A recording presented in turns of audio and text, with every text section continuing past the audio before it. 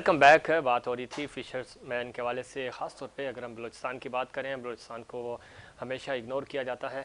और अब चूँकि बलूचिस्तान फोकस है ग्वादर की वजह से, सी पैक की वजह से, और अब बलूचिस्तान ख़बरों में भी आ रहा है और मीडिया भी इसको सीरियस ले रहा है। वहाँ की अगर फ़िशरीज़ की बात करें और फ़िशरीज़ के हवाले से जो फ़िशरमैन हैं वो बहुत ज़्यादा ज़बरहाली का शिकार हैं, और उसकी वजह यह है कि कभी भी किसी हुकूमत ने इनके मसाइल को संजीदगी से नहीं लिया, और ये लोग पाकिस्तान की इकॉनमी को बेहतर करने के लिए बहुत ज़्यादा अपना इनपुट देते हैं, और वो इनपुट जिससे पाकिस्तान चलता है, लेकिन फ़िशरमैन उसकी सहूलतों से महरूम रहता है। इसकी क्या वजह है लासी साहब, क्या वजह है कि वो बंदा जो कंट्रीब्यूट कर रहा है, फूड हम बड़े शौक़ से खाते हैं, महंगा भी है, लेकिन वो बंदा जो समंदर में रहता है 10-10 दिन, 15-15 दिन, और उसके बाद वो जब बाहर आता है वो बिल्कुल लो कॉस्ट में वो सेल करता है अपनी फ़िश को, और उसके बाद उसको वो बेनिफिट भी नहीं मिलता जो बाकी बिजनेसमैन जो फिशरीज़ के लोग होते हैं वो एंजॉय करते हैं।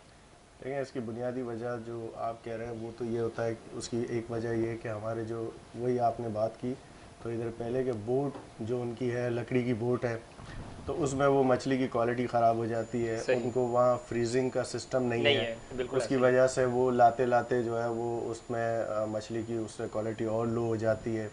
इस पे हम काम कर रहे हैं। एक और चीज़ जो इस वक्त जो ओवरऑल पूरे कोस्ट के फिशरमैनों को जिसका सामना है कि डीप सी पॉलिसी जो इस वक्त फेडरल गवर्नमेंट ने बनाई है, चाइना है या दूसरे ममालिक हैं, चाइना ने डीप सी को बैन किया हुआ है उनके ट्रॉलर को, सही लेकिन हमारी गवर्नमेंट, वफाकी गवर्नमेंट उनको लाइसेंस इशू कर रही है। सही। तो हमारा उस पर शदीद एहतजाज है, और ये बात मैंने हमारे चीफ मिनिस्टर साहब को भी बताई कि हमारा उस पर एतराज़ है, हम डीप सी पॉलिसी को और ट्रॉलर्स को हम एक्सेप्ट नहीं करते चाइना ठीक के। है।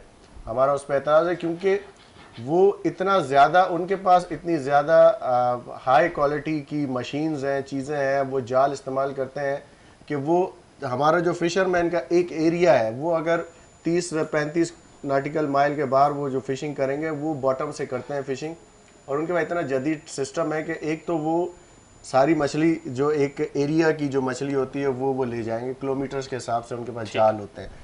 दूसरा ये कि उनके पास फ्रीजिंग का सिस्टम होता है, सारी चीज़ें, और वहीं से मछली का शिकार करके वो उनके पास सारा सिस्टम है, वहीं वहीं से से पैक डायरेक्ट हो जाती चाइना है। ले जाएंगे। सही। इसका फ़ायदा ना गवर्नमेंट को होगा, ना हमें पाकिस्तानी को कोई फ़ायदा होगा, ना हमें इसका कोई बेनिफिट है। ठीक है। ये डायरेक्ट, और जो इस वक्त जो मछली आ रही है वो आना भी बंद हो जाएगी, सही। क्योंकि मछली किनारे से शिकार हो बाहर नहीं जाएगी। जाती। हाँ।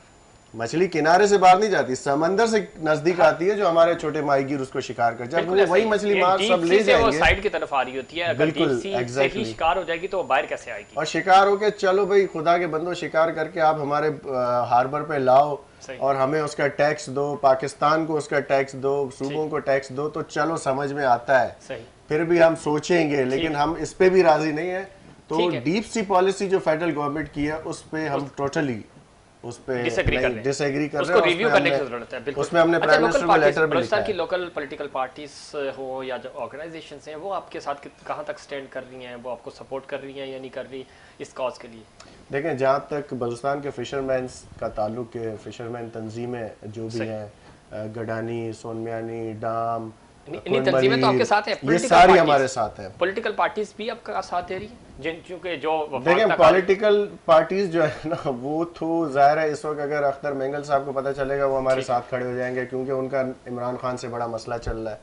तो ये ठीक। यहाँ जो है ना, हमारे यहाँ ठीक। पॉलिटिकल पार्टीज जो है वो सिर्फ और सिर्फ अपने मुफादात पे पॉलिटिक्स करती हैं। ठीक है। चंद पार्टीज, सही। हमारी जो बलूचिस्तान अवामी पार्टी है, जो जिसके प्रेसिडेंट वजीर आला बलूचिस्तान है, जी जी। वो हमारे साथ इस पे हैं, और तो मैंने उनसे हुकूमत बात भी आपके की साथ है। है तो फिर क्या उन्होंने चाहिए। कहा है कि मैं इस पे चलिए, ये बात बहुत करूंगा। बहुत अच्छी बात है, इस पर मज़ीद बात करेंगे। और हमें लाहौर से ज्वाइन किया है नीलम इरशाद साहिबा ने, सीनियर रहनुमा हैं पाकिस्तान तहरीक इंसाफ की। बहुत शुक्रिया, आपने प्रोग्राम में वक्त दिया। मरियम नवाज़ कहती हैं कि अवाम के गैस व गज़ब से सिलेक्टेड को कोई इदारा भी नहीं बचा सकता, और कल वो पेश हो रही हैं और वो कह रहे हैं कि अगर हमारे रास्ते में रुकावटें खड़ी की गई तो उसका हम भरपूर जवाब देंगे। किस तरह देखती हैं इस पूरी डेवलपमेंट को। ये फिरौन तो नहीं बनने की कोशिश करेगी मरियम।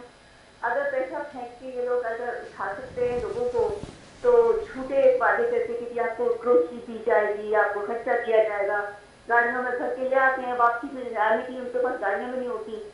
तो मैं अब ये कहना चाहूंगी आपके चैनल वालों को जी। कि थोड़ी होश से नाखुन लें ये लोग सब, कि इनको इतनी खुदा की खुदाई से कोई खौफ नहीं आता कि इस औरत ने, वो पंजाबी कहते हैं ना, अग चुकी हुई है, इतना ओवर कॉन्फिडेंट। अब ये इनकी मदर बेशक भोलू बरादरान से थी, पर वो इतनी हम्बल पुलाइट औरत थी। सही। इनके फादर ने अपनी बीवी की वजह से भोलू बरादरान से अगर कुछ सीखा नहीं, तमीज से थी, तो उनकी बेटी ने क्या ये गुंडागर्दी पे उतरी नहीं है? कोई शर्म आनी चाहिए औरत के, ऐसे कोई अल्फाज बोलने चाहिए जो रोजाना ऐसे थे वर्ड बोल के दलील तरीन करा रही थी एक औरत की, कोई पामाल कर रही थी औरतों की इज्जत को। कोई शर्म खानी चाहिए इनको। ये इन्होंने अगर सुप्रीम कोर्ट के ये जज के या चीफ जस्टिस के दमाद जो इनकी टुकड़ों में पलता है, उससे अगर इसने जमानत ले ली है तो इसको चाहिए कि खुदा की खुदाई से पनाह मांगे, अल्लाह ताला माफ कर देता है। इनको चाहिए कि बस करें, बहुत खा लिया, बहुत उड़ा दिया, बहुत खर्च करें। अभी तक इनके पास पैसा बहुत है कि लिफाफे तो क्या, आपको बोलियां भर भर के दे रहे हैं अपने पैसे बचाने के लिए। ठीक है। तो अच्छा, दूसरी तरफ पैसे दे दें तो अल्लाह ताला भी इनको माफ करेगा। ठीक है, दूसरी तरफ उस्मा बहारी हैं, वो ये कह रही हैं कि उस्मान बुज़दाद साहब परफॉर्म नहीं कर पा रहे हैं, उनको फौरी तौर पे मुस्ताफी हो जाना चाहिए। किस तरह देखती हैं? कौन है उस्मान बुज़दाद के लिए? होते कौन है कुछ कहने वाले? अच्छी खासी परफॉर्मेंस है। कोई आदमी अगर कोई एक आदमी अगर इनकी तरह बक बक झकझक नहीं करता, तमीज से काम कर रहा है, हम्बल तरीके से, पोलाइटली तरीके से सारे पंजाब को ने संभाला हुआ है, हर रोज कोई ना कोई नए प्रोजेक्ट पे काम कर रहे होते हैं, तो इनको तकलीफ क्या कि वो लेते नहीं है इनसे, इनकी चक्कर में नहीं आते। हाँ, कोई ये तो नहीं है कि रंगबाजी कर रहे हैं शबाज शरीफ की तरह और काम नहीं कर रहे। अरे भाई, उनका पेपर वर्क देखो, हमारे मेगा प्रोजेक्ट को देखें, हमारे कितने ऐसे काम है जो जिंदगी में सोचे नहीं थे होंगे। वो कह रहे हैं ये सारे काम शहबाज शरीफ साहब ने करवाए थे, आपने तो कुछ भी नहीं कराया। आपने कुछ नहीं कराया। हम अब आपको इनको नजर नहीं आता ना, इनकी आंखें बंद हैं। मीडिया को इन्होंने पैसे देके उनको भी बंद कराया। अभी हमारी सॉरी टू से आई जस्ट रिस्पेक्ट माय फौज, और ये जो जितने भी लॉयर्स हैं, ये जितने भी इनके लॉयर्स हैं, सब झूठे मक्कार हैं। मुझे अंदर कराते हैं बेशक, आई डोंट केयर, बट इतनी एक गरीब औरत एक रोटी चोरी करती है, उसको जेल हो जाती है, और ये पूरे पाकिस्तान का पैसा खा के और वहाँ गुलशने उड़ा रहे हैं लंदन बैठ के। नीलम साहब को बोले ना अपना प्लेटलेट काउंट का रिपोर्ट यहाँ पे देना, ठीक है, वहाँ से भिजवाएं। असली तो वही होगी, यहाँ तो लोगों ने झूठी बना के। और नीलम शाह साहब, आप लाइन पे रहिएगा, हमारे साथ स्टूडियो मौजूद है जनाब सरदार कामरान लासी साहब, उनसे भी पॉइंट ऑफ व्यू उनका जानते हैं कि वो किस तरह देख रहे हैं। अब ये जो अब सियासी बयानिया बन चुका है और एक पीडीएम तहरीक और थोड़ा सा पाकिस्तान मुखालिफ बयानिया है इनका, तो आप समझते हैं कि इतनी हार्ड लाइन पीडीएम को लेनी चाहिए? अब सियासत करें, आप सियासी तरीके से करें, लेकिन इतना हार्श नहीं होना चाहिए। किस तरह देखते हैं आप? देखें, मैं जब से मरियम नवाज़ आई हैं पॉलिटिक्स में, तो मैं मियां नवाज शरीफ को डूबता हुआ देख रहा हूँ इनकी ज़बान की वजह से। अच्छा जी हाँ, और मेरा खैर ज़ाती इख्तलाफ नहीं है ना मियां साहब से ना इनसे, लेकिन मैं एक आम पाकिस्तानी की हैसियत से आपको बता रहा हूँ, एक पॉलिटिकल वर्कर की हैसियत से। इस तरह की वाइब्स आपको क्यों आ रही है? मरियम नवाज जो है ना, वो मैं समझता हूँ वो नानी दादी शायद बन गई हैं, नानी बनी है। हाँ, लेकिन वो अभी तक ना मियाँ साहब की बेटी हैं, वो अभी तक बड़ी नहीं हुई हैं। अच्छा, मसला ये है, सही, उनको थोड़ा टाइम लगेगा बड़ा होने में, तब तक शायद उनका टाइम गुजर चुका हो। अच्छा, ये चले, अच्छा ही बिलावल को किस तरह देखते हैं? अगर दोनों का कंपैरिजन करें तो पॉलिटिकली कौन आपको ज़्यादा मैच्योर लगता है? मरियम नवाज के मुकाबले में दोनों, मरियम और बिलावल में से अगर आप मैं कहूँ तो? मैच्योर तो दोनों नहीं है, लेकिन फिर भी बिलावल बेहतर है। बिलावल पॉलिटिकली बेहतर है, हाँ, मरियम के मुकाबले। नीलम शाह साहबा, कामरान लासी साहब भी यही कह रहे हैं कि मरियम को थोड़ा सा संजीदगी का मुजाहरा करना होगा और वो उसको अपना जो अभी तक बचपना है उससे निकलना चाहिए, क्योंकि वो अब नानी अम्मा बन चुकी है। नानी अम्मा बन चुकी है, वो समझी कि अब तो डॉक्टर को निकाल के क्लियरमेंट दिया, अब मुझे मेडिकल कॉलेज में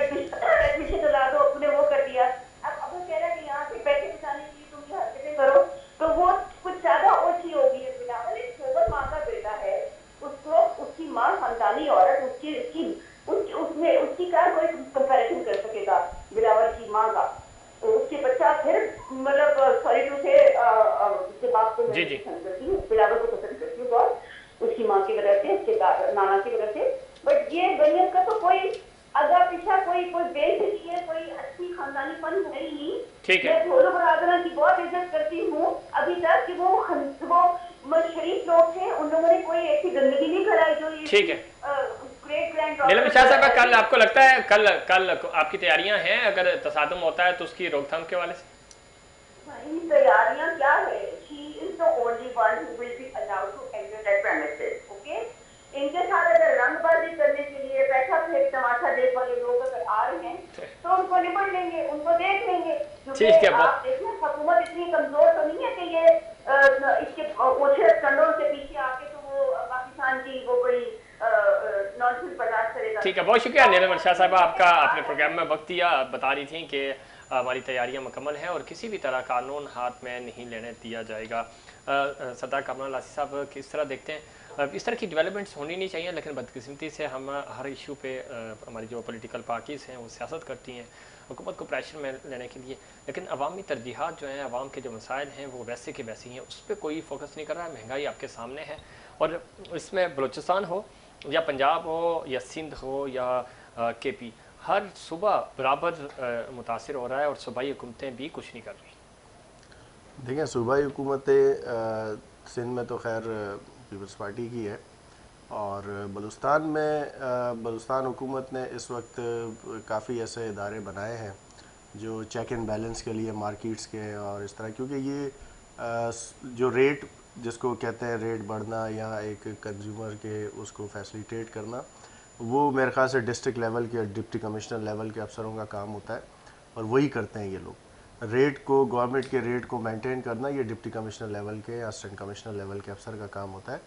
लेकिन हमारे यहाँ मसला ये है कि वो एडमिनिस्ट्रेटिव सिस्टम जो है वो इतना अच्छा वो इस तरह डील नहीं होता, क्योंकि DC भी पॉलिटिकल आते हैं और उस तरह की चीज़ें। लेकिन जो मैं बलूचिस्तान में देख रहा हूँ अल्हम्दुलिल्लाह काफ़ी बेहतरी आ रही है इन चीज़ों में, काफ़ी बेहतरी आ रही है। सही, ठीक है, इस पर मज़ीद बात करेंगे। मैं पाकिस्तान पीपल्स पार्टी से शाहिदा रहमानी साहिबा ने ज्वाइन किया है, MNA हैं, सीनियर सियासतदान हैं। बहुत शुक्रिया आपने प्रोग्राम में वक्त दिया। कल मरियम बीबी की पेशी है और उस पर पाकिस्तान पीपल्स पार्टी ने फैसला किया है कि आपकी जो क़यादत है पंजाब की वो जाएगी उनके साथ। इस अमल से आपको लगता है कि PDM में जो दरारें हमें नज़र आ रही थी, एक अच्छा साइन होगा कि आप उनके साथ खड़े हैं और अगला जो मरहला है PDM का उसमें कोई बेहतरी नज़र आ रही है?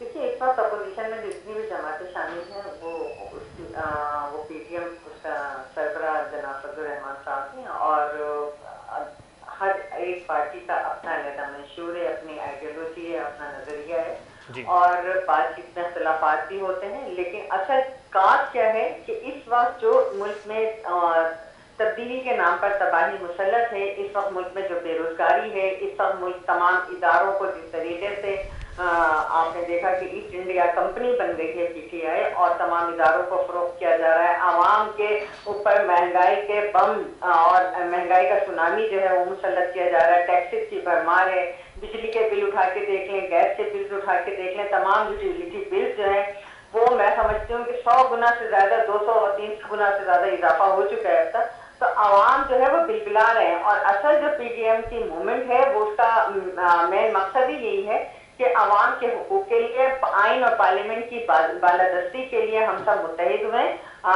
तगादात होते हैं, क्योंकि हर पार्टी का अपना अलहदा नजरिया होता है, अपना मंशूर होता है, अपने स्ट्रेटजी लेके वो चलते हैं, वो अपनी जगह। लेकिन जो आप कहें कि नैब को जो पॉलिटिकल विक्टिमाइजेशन के लिए इस्तेमाल किया जा रहा है, नैब को तमाम अपोजिशन जमातों के ऊपर एक ऐसा हथियार बना के इस्तेमाल किया जा रहा है कि जिससे पॉलिटिकल विक्टिमाइजेशन हो, तमाम इल्जामात और कैरेक्टर असैसिनेशन की जा रही है पॉलिटिकल लीडरान की, पॉलिटिकल वर्कर्स की। तो ये वो है कि इसके लिए तमाम पार्टीज कल मुत्तहिद होके जा रही है। तो पीपल्स पार्टी का मैं भी इसके साथ जाना मैं समझता हूँ कि एक अच्छा है और इसमें हम शाहिदा रहमानी साहब, आप जो बात कर रही है, लेकिन अवामी तरजीहात नहीं है, अवाम को सामने ये परसेप्शन बिल्ड हुआ जो पिछले 5 से 7 दिनों के अंदर जो खबरें आई कि पीडीएम अपनी अपनी सीट अपने चेयरमैन सेनेट लाने के लिए या डिप्टी चेयरमैन लाने के लिए या अपोजिशन लाने के लिए तो एक दूसरे के साथ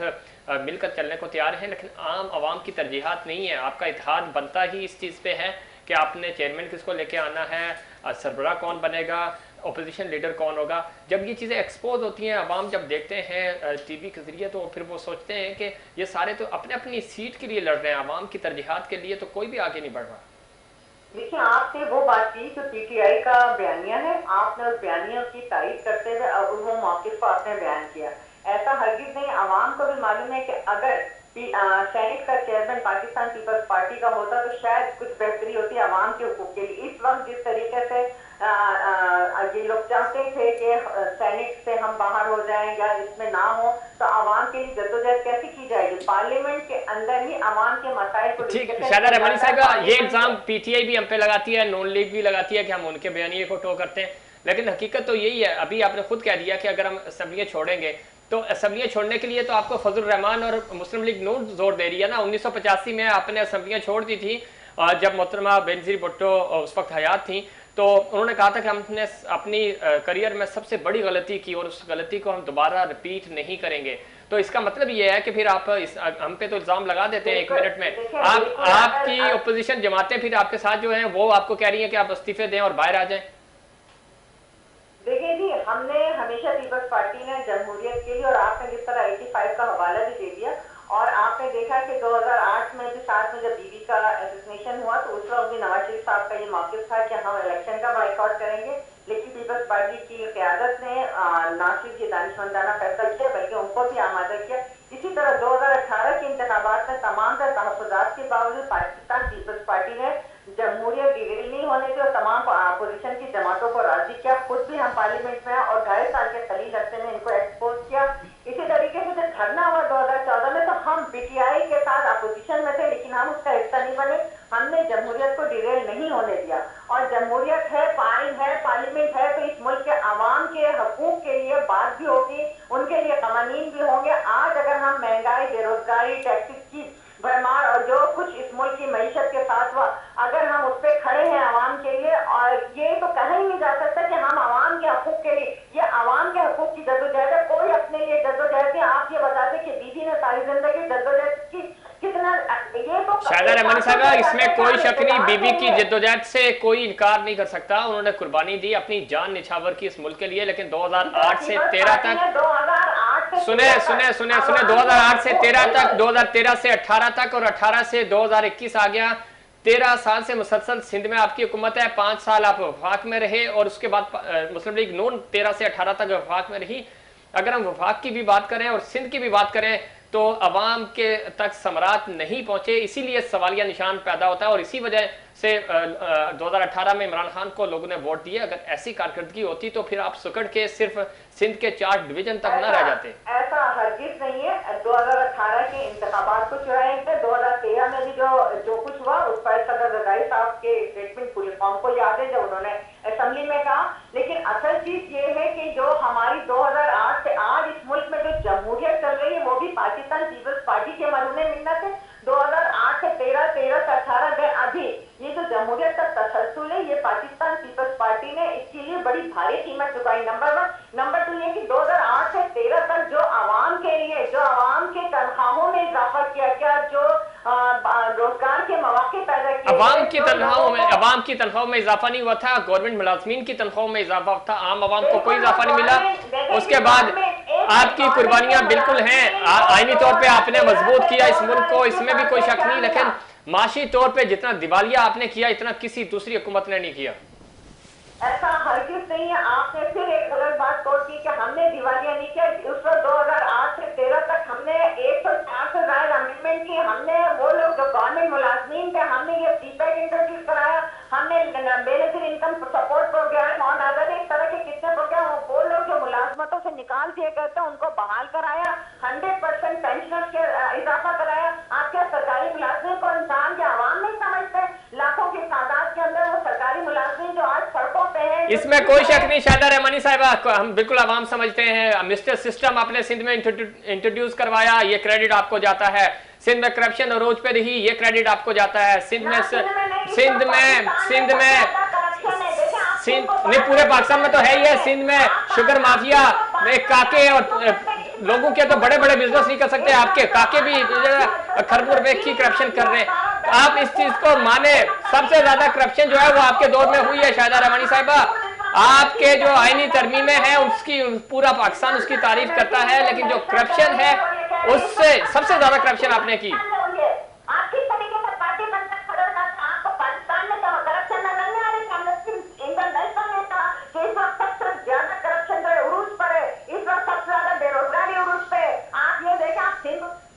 बेरोजगारी अरूज पे इस वक्त क्योंकि नैब कार्रवाइयां कर रहा है, तो फिर आप क्यों जाके हुकूमत के पास बैठ गए?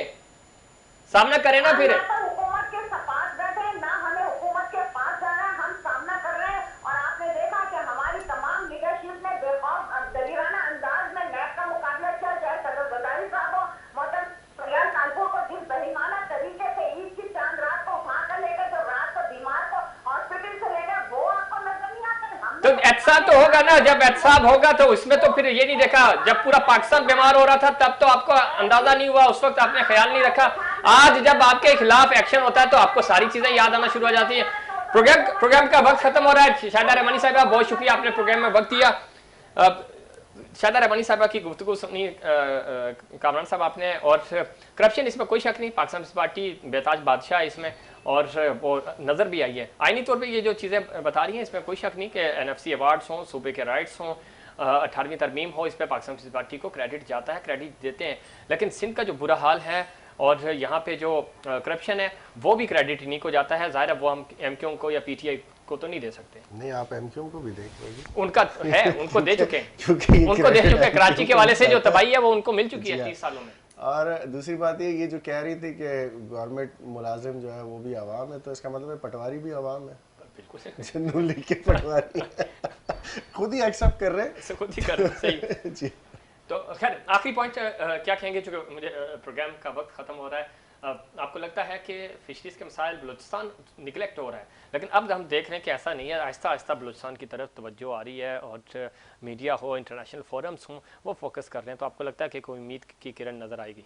जी हाँ, बिल्कुल, और उम्मीद की किरण नज़र आ भी रही है, और इंसान को उम्मीद कभी नहीं छोड़नी चाहिए। सही, यकीनन मसले मसाइल होते हैं और बलूचिस्तान को नज़रअंदाज किया गया था और अभी भी कहीं कहीं नज़रअंदाज किया जाता है। सही। लेकिन इंसान अपनी कोशिश, और कम से कम हम बलूचिस्तान के लोग जो है वो पाकिस्तान के साथ हैं, और पाकिस्तान से हमेशा हमें अच्छे की उम्मीद है। और पाकिस्तान के दूसरे जो सूबे हैं, पंजाब है, खैबर पख्तूनख्वा है, सिंध है, हमारे भाई हैं, हमें उम्मीद है कि वो हमारे साथ मिलकर हमारे हकूक़ के लिए बात करेंगे। बहुत शुक्रिया सरदार कामरान लासी साहब, आपने प्रोग्राम में वक्त दिया।